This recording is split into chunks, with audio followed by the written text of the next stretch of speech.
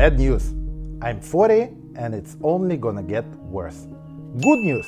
I'm living my best year ever right now. I believe my digital nomad journey and remote work played a huge role in my well-being and overall life satisfaction.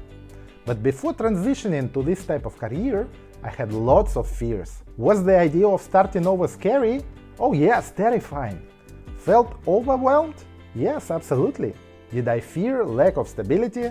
Hell yeah. But was it complicated? Well, not at all. Becoming a digital nomad appeared much easier than I've anticipated. In today's video, we will discuss your main barriers and fears of becoming a remote worker, and is there a digital nomad life after 40? Or maybe it's too late to start this journey. Spoiler, it does exist, and boy, it is beautiful. So, stay tuned. I will share why you should consider a remote career after 40, then we jump to main fears and steps to overcome them. Appreciate if you could smash the like button and hit subscribe before I turn 41. Thank you, this really helps the channel. Let's get this video done. As smart people teach us, always start with why. So why turn to a remote career? What are the benefits? Well, everyone has his own list, but mine consists of the following: personal growth, freedom, flexibility, travel, learning new cultures, and meeting new people. Couple of important side effects for me: getting more while having the same expenses, and owning less stuff and overall decluttering. Next question is, what can you as a 40-year-old bring to this nomad table? A lot actually. First of all, your experience. You know a lot. You've been through different issues and problems. You know how to solve those problems. Next up, established skills. You have years, if not decades, of experience. You know how to make things work and how to make things done. This is a superpower. You have a strong work ethic and likely have a strong emotional intelligence. Not to forget about your network of contacts.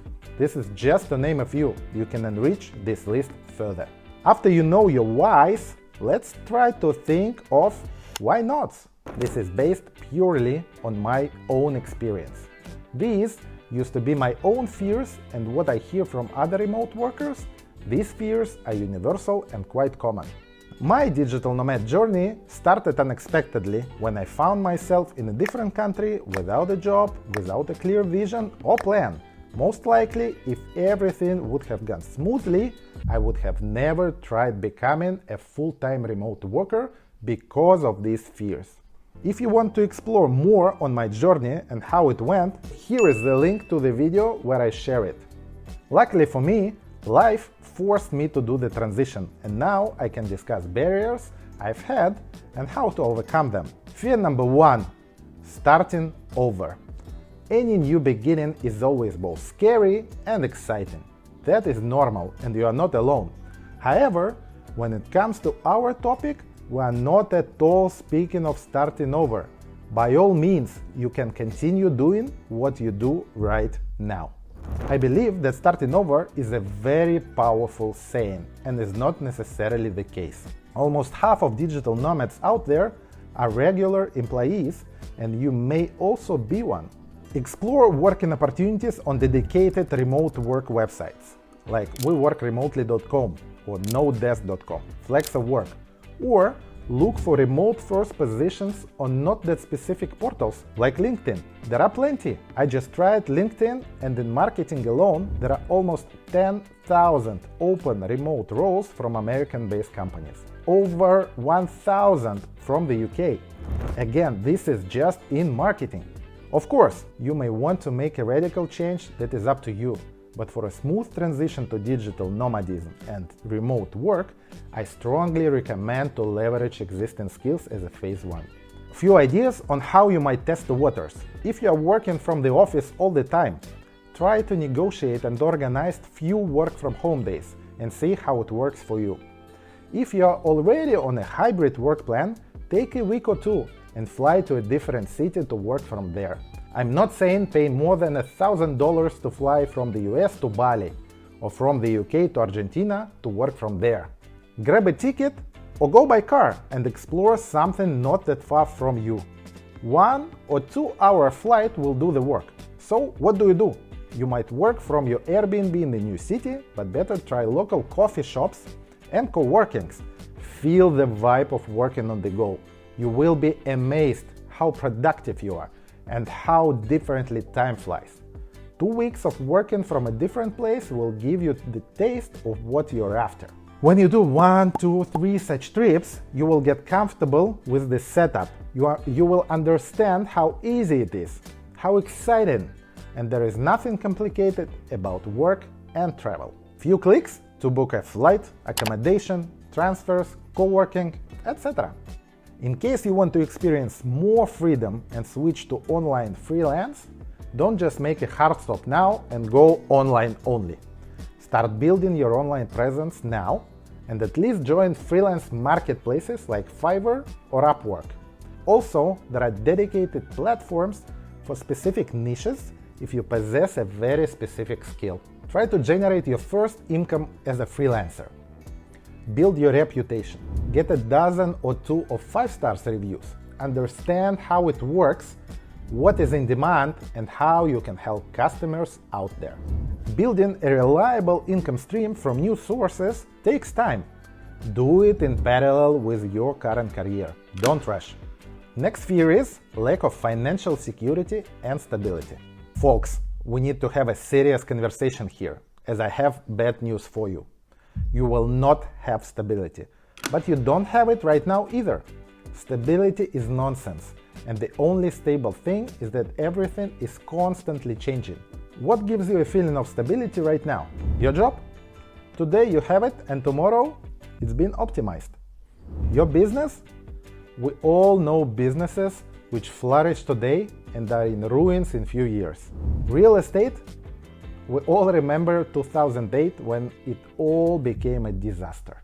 Don't get me wrong, real estate, stocks, savings, businesses, these are all important things. But what I'm saying is that the feeling of stability is much more fragile than you think. What can you do about it? Create an additional income, diversify your experience, grow your network, learn new skills, cut costs. All of this is definitely part of a remote work journey. Just compare prices in different parts of the world. Okay, I did it for you. I intentionally didn't pick Western capital cities, which are usually more expensive, but you will be able to compare your city with any destination. I will leave the link in the description.